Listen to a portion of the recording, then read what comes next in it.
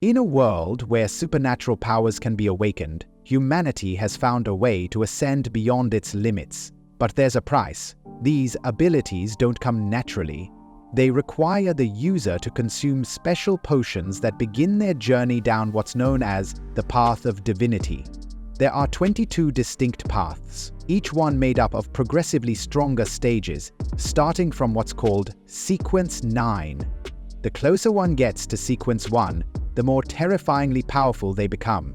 Those who reach the end aren't just stronger, they undergo a complete metamorphosis, one that places them on par with deities. The narrative then pulls us far back into history, to September 9th, 1349. A monstrous entity manifests in the world, shaking reality itself. Standing in its way is a lone man.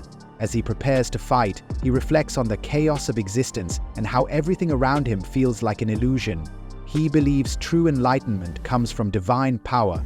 He uses enchanted cards as weapons, hoping they'll be enough, but they aren't. The monster strikes him down in a brutal counterattack. His body crumples, lifeless in a pool of blood. Yet, in its final moments, the creature also succumbs, triggering a cataclysmic explosion that destroys the surrounding area. Suddenly, the timeline jumps forward. A man plummets from the sky, crashing violently onto solid ground. He survives the fall but is overwhelmed by pain. As he lies there, dazed, fragmented memories begin to surface. The name Klein floats into his mind, unfamiliar, yet oddly important. He takes in his surroundings and quickly realizes this isn't the world he came from. When he finds a reflective surface, he's met with a face that isn't his own. That's when the truth hits. He's been reincarnated into someone else's body. Elsewhere, in the city of Tingen, a group of investigators arrives at a house where two young adults, Vales and Naya, have been found dead. Both were recent university graduates. At first, the scene appears to be a tragic double suicide, but subtle clues suggest otherwise. Blood markings, arcane symbols, and unusual items hint that a dangerous ritual took place, one possibly involving the sacrifice of a beyonder, a term used for people who've awakened supernatural power. Amid the evidence, the detectives find a photograph. In it, Klein is seen with the deceased, confirming they were all classmates. They also learn that Klein's parents passed away recently, and he now takes care of his younger siblings. Back with Klein, now adjusting to his new identity, we see his life unfold in Tingen, a city within the Lone Kingdom on the northern continent. He had completed his studies in arcane disciplines like Hermes and Forsac. Digging through personal items left behind by his predecessor, he discovers a journal. The earliest entry is dated May 29 and mentions that Vaz visited and brought an ancient notebook with him. In the entries dated in June, Klein learns that he and Vales managed to translate parts of the notebook. It appears to originate from the mysterious Fourth Epoch and has connections to the long-feared Antigonus family, known for their mastery of dark and ancient knowledge. Meanwhile, the detectives continue their parallel investigation and uncover even more disturbing details about this secretive bloodline. Klein keeps reading. The diary includes entries from June 21st, 22nd, and 25th, filled with cryptic mentions of figures and places like the Black Emperor, the Tudor Kingdom, and the Hornatius Mountains. Some entries question the very nature of reality, wondering if the strange events they experienced even happened. Then Klein notices something disturbing. There's no entry for June 27th. Only a gap, followed by a chilling note on June 28th. It's a brief, grim statement claiming that everyone is going to die, including the writer himself. The message unnerves Klein. What could have pushed the previous owner of this body to write something so final? Just then, Klein's thoughts are interrupted by footsteps. Someone's coming. He quickly hides the diary and notices bloodstains. He wipes them away in a panic, but in his rush, he forgets about the revolver lying out in the open. Before he can conceal it, the door opens. Standing there is Melissa, his younger sister. She's a student at Blackthorn University, sharp and perceptive. She sees Klein and assumes he pulled another all-nighter, studying. Klein fakes a yawn and pretends he's just tidying up. But when he tries to discreetly shut the drawer hiding the weapon, it makes a soft clunk. Melissa hears it and immediately questions what that sound was. After awakening in a body that wasn't his own, Klein began noticing strange details, starting with a broken wristwatch. His younger sister, Melissa, a student at Blackthorn University, quietly repaired it for him before leaving for class. Her calm, thoughtful gesture caught him off guard. Even though she saw him as her clumsy older brother, she still showed him care and concern, something he hadn't expected. Turning back to his reflection, Klein touched his forehead. The injury from the gunshot, one that should have killed him, had completely disappeared. He began to wonder if surviving such a wound was part of being reborn. But even more troubling was the thought of why the former version of Klein had pulled the trigger in the first place. His memories were scattered, difficult to grasp, but he felt a strong pull toward the ancient notebook that had somehow been at the center of everything. He tried to retrace what happened. The night before his death, just before dinner, he remembered performing some kind of ritual, hoping to improve his fortune. Maybe that strange act was what allowed him to take over this body after death. His thoughts were interrupted when Melissa returned with breakfast. She reminded him to buy some fresh bread, specifically the 8-pound kind, before the summer heat spoiled it. She also suggested getting extra lamp wicks and basic supplies. It was clear she wanted to support him, especially since he had been searching so hard for a job. Before leaving again, she mentioned she'd be home late and told him to wait for her. Klein smiled and told her goodbye, but inside, he was torn. Her quiet apology stayed trapped in his chest. He wasn't sure he'd still be here by the time she came back. His mind wandered back to the revolver. It had fired loudly the night before, yet Melissa hadn't reacted. Her room was right next door. How had she not heard the shot? That detail bothered him. Realizing the situation was more dangerous than it appeared, Klein made up his mind. He needed to try that ritual again. Maybe it could help him return to his original body, or world. Later that day, he headed out to buy bread. At the market, the woman running the stall recognized him and praised his efforts, convinced that he would land a good job soon and move on to better things. As he gathered his purchase, Klein noticed someone watching him from across the street. But when he turned to get a clearer look, the person was already gone. He glanced up at the sun. It looked almost exactly like the one back on Earth. The familiar sight made him wonder if this wasn't another world altogether, but a version of his own, altered somehow. As he walked through the town, he passed a group of kids playing a board game. It looked almost identical to a game from Earth called Landlord. Here, though, it had apparently existed for a century, invented in the Antes Empire by a man named Rosel Gustave. That same man had introduced tarot, encouraged the use of steamships, and even organized festivals by season. Klein began to suspect that Rosel Gustave might have been someone like him, someone who had also crossed between worlds. Just then, a coin fell from Klein's hand and rolled across the cobblestone. As he bent down to grab it, someone approached. Instinctively, Klein reached for his revolver, but it wasn't a threat. It was a street performer dressed like a clown, cheerfully inviting him to a circus show that evening at 7. Klein gave a polite nod, but something else caught his eye. The same stranger who had been watching him earlier was still nearby, watching from a distance. Trying not to panic, Klein pretended to show interest in the invitation and walked away calmly. He picked up his pace, weaving through narrow streets. He passed a man sitting on a bench reading a book. Their eyes met, and the man gave Klein a knowing smile, as if he recognized him. Klein didn't stop, but the moment stuck with him. Further down an alley, he came across a magician performing a glowing trick with a floating orb. She looked at him as if she'd been expecting him and offered to help. She said she could give him a glimpse into his future, and that tarot cards could reveal things he couldn't see on his own. Before Klein could answer, the stranger who had been following him, identified now as Jenkins, finally stepped forward.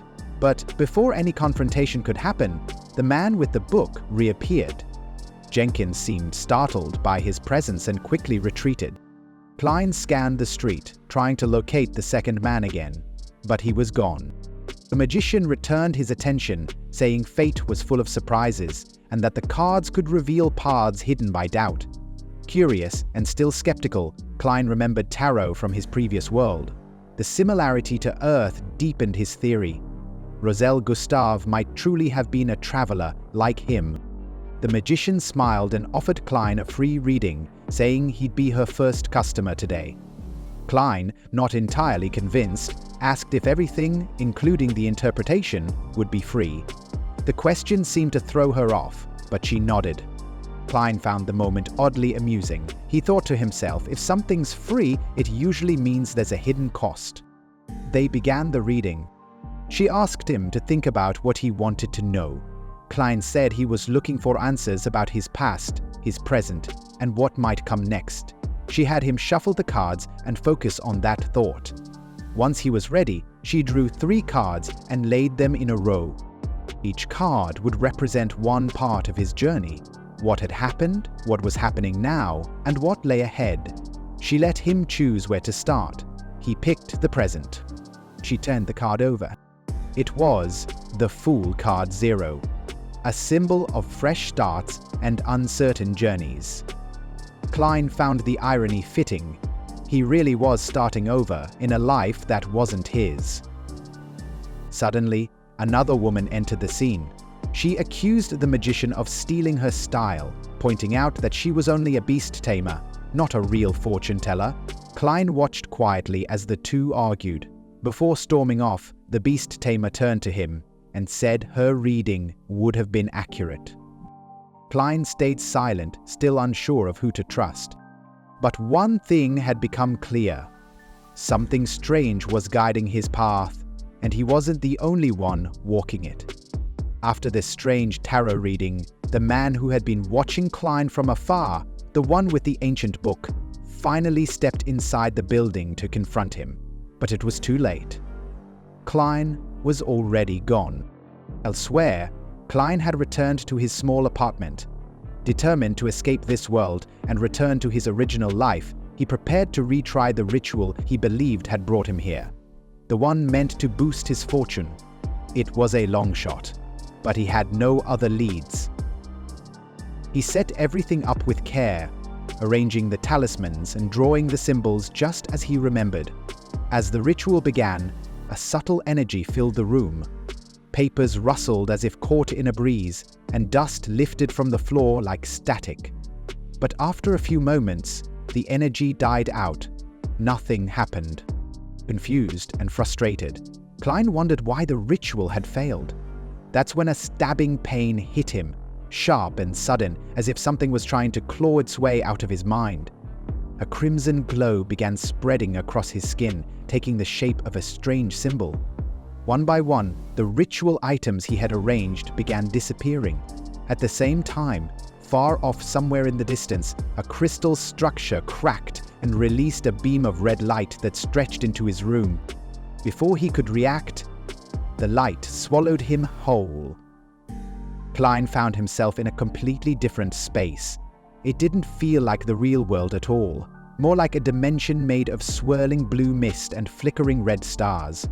As he tried to make sense of it, a young woman appeared from the fog. She carried an aura of mystery, and her words felt rehearsed, almost ceremonial. She spoke of something called the Mirror of the Whole Family, and when she invoked its name, the space itself pulsed in response. She wasn't alone for long. Others began arriving, pulled in from separate worlds, just like Klein had been. The girl turned to him and asked the most unexpected question. Where were they? Klein didn't know how to answer. Was he the one who summoned them? Was this his doing? Then she asked something even stranger. Was he the master of this space? Klein glanced around. There were no temples, no divine signs, nothing to suggest this place belonged to any god. Before he could respond, the surroundings began to shift. From the void rose a massive structure, forming in real time, like something being generated in a simulation. A throne appeared at its center, glowing faintly. Curious, Klein tested a thought. He imagined an object, and it appeared instantly. The realization struck him hard. This place was responding to his will. He had control here. As he tried to understand the implications, one of the new arrivals stepped forward. He was calm and observant, clearly someone who didn't take risks lightly. He asked who Klein was and where they had ended up. Klein hesitated. For a moment, he considered using his original name, Mingwei, but instead he sat down on the glowing throne and replied with a new title. "You can call me Fool." With that, other chairs began appearing, matching the throne's grandeur but arranged in a circle, suggesting a council or gathering. The cautious young man, still standing, gave a slight bow and asked what the fool intended to do now. Klein kept his answer vague, saying this was only an experiment. The girl who had appeared first seemed full of wonder. She asked if this attempt was over, and if they would now return to their worlds. Klein told her that if such a request was formally made, he might be able to send them back. As he observed them more closely, he began forming opinions. The girl seemed open-hearted, maybe even naive, enchanted by the wonder of it all. The boy, on the other hand, was sharp and calculating, likely analyzing every move Klein made. He couldn't quite get a read on him yet. The girl's eyes sparkled as she spoke. She said this entire experience felt magical, exactly the kind of mystery and wonder she had always dreamed of. Then, suddenly serious, she turned to Klein and asked what she needed to do to become a Beyonder, a person with supernatural powers. The question caught Klein off guard. He barely understood what a Beyonder was himself. So instead of answering, he looked toward the quiet young man. The boy took the hint. Analyzing the girl's accent and mannerisms, he guessed she was from the Loan Empire, likely from a noble background. He introduced himself as someone from the Sonya Sea region, far away from her homeland. That raised another question in his mind. How had this man calling himself Fool pulled them from such distant lands into the same space? Still, he answered the girl's question. If she truly wanted to become a Beyonder, she'd need to join one of the great churches, perhaps the Evernight Goddesses or the Lord of Storms. But the path wasn't easy. Most people never got the chance, and those who did often lived in secret, fighting back against hidden threats that lurked in the shadows of their world. The girl frowned. She didn't want to give up her freedom to join an institution. That's when the young man offered other options, like earning favor with the royal court or gaining the support of one of the ancient noble houses. Still uncertain, the girl asked if there was no way to begin the path on her own. After a moment of silence, the boy revealed something unexpected.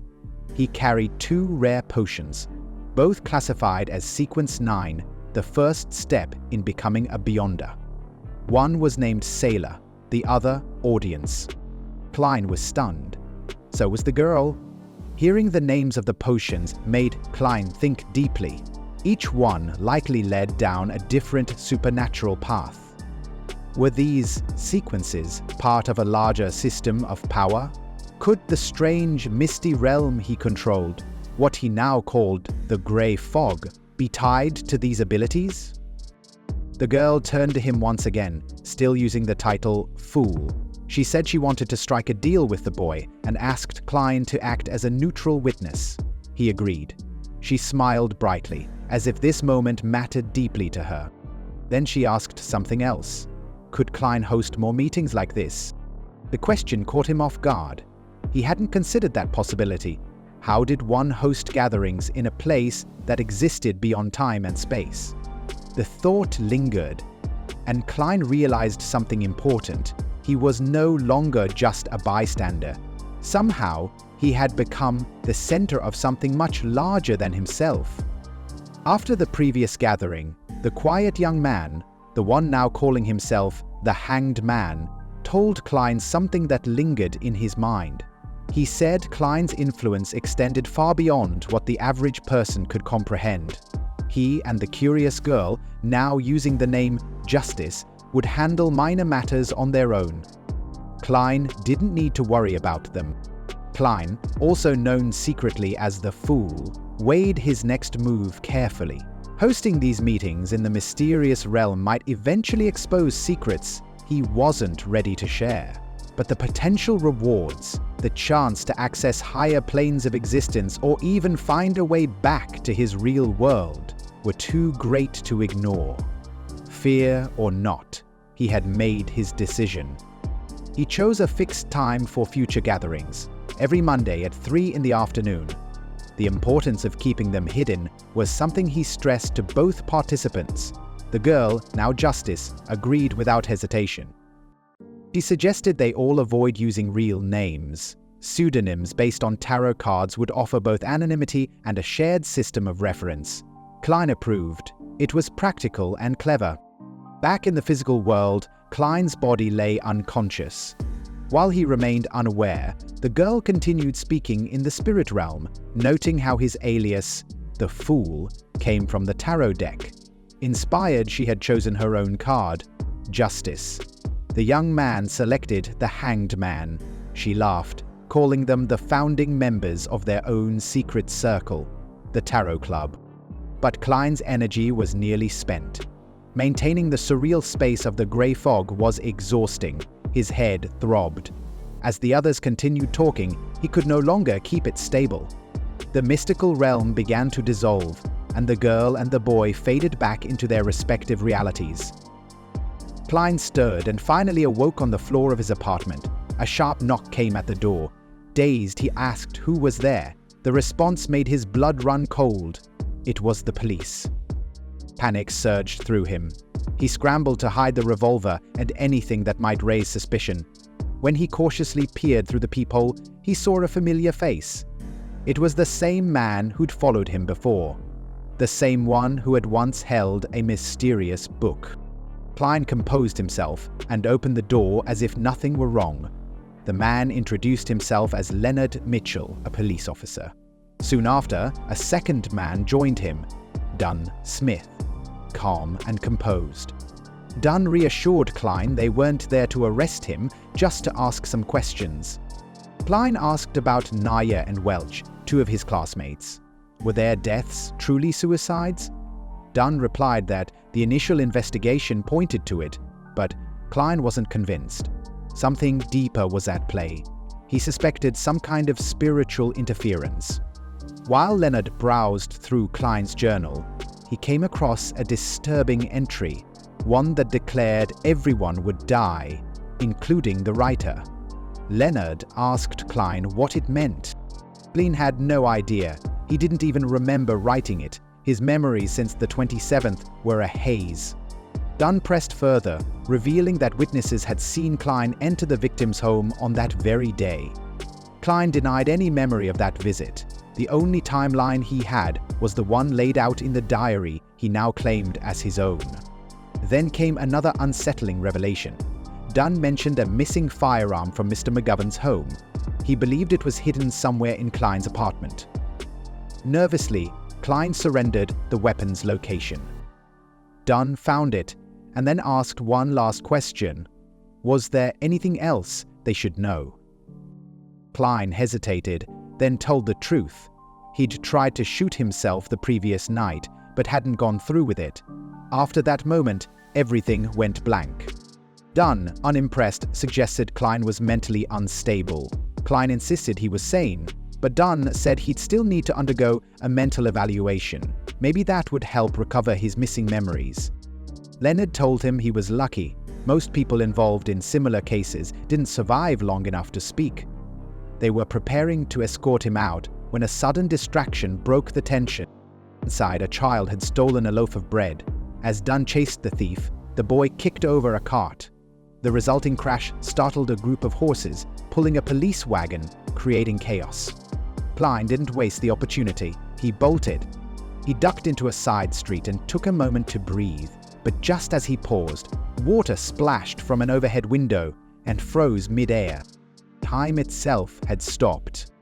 Klein immediately sensed something unnatural. A beyonder was close. The alley twisted unnaturally, blocking every possible exit until he was funneled toward a carriage. Desperate, he asked the driver to take him to the port. The man nodded and they took off. Relief washed over Klein until he asked where they were going. The driver's voice was wrong. He said they were headed to Welch's home. Klein looked again. It was Dunn in disguise. Then everything vanished. Klein jolted awake. It had all been a dream. Or had it? His breathing was heavy. He wasn't sure when he had fallen asleep. Then the door creaked open. Dunn Smith, very real this time, stood there. Klein's mind reeled. Could Dunn have entered his dreams? Could he be a Beyonder as well? Dunn stepped closer. In a calm voice, he hinted that those like him gained strength in the shadows of night. Klein wanted to ask what he meant, who exactly Dunn was, but before he could, the world around them shattered like glass. A girl appeared. Calm, composed, and powerful, she gently told Klein not to worry. She would take care of things. And with a touch, she knocked him unconscious again. When Klein came to, he was in a warm, peaceful setting. His parents were calling him to dinner. For a moment, he believed he was finally safe. But then a whisper echoed in his ear. It was her voice again. She wasn't in sight, but her presence lingered. She warned him. His surface memories might vanish soon. Klein froze. Did she access his mind? Did she see the truth? That he was a foreign soul in another man's body? She reappeared and asked about the notebook linked to the Antigonus family. Where had he hidden it? He claimed not to remember. She pressed again. What happened at Welch's house on the 27th? What was he doing when the others died? The pressure became unbearable. The same revolver materialized in his hand. He fired. Then silence. And once again, he woke up. Now, in the waking world, Klein saw the girl and Dunn speaking quietly nearby. She told Dunn that Klein had pulled the trigger, but survived. His memory was gone, just like Naya's and Welch's had been. She admitted something troubling. Whatever had touched Klein was more powerful than anything she'd encountered before. This was no ordinary case. She told Dunn to be cautious. Dunn agreed. He reminded Klein that the Antigonus notebook was still missing, and whatever force it contained was still active. Klein wasn't out of danger yet. Then Dunn made an unexpected offer. He asked Klein if he wanted to join them and become a Beyonder himself.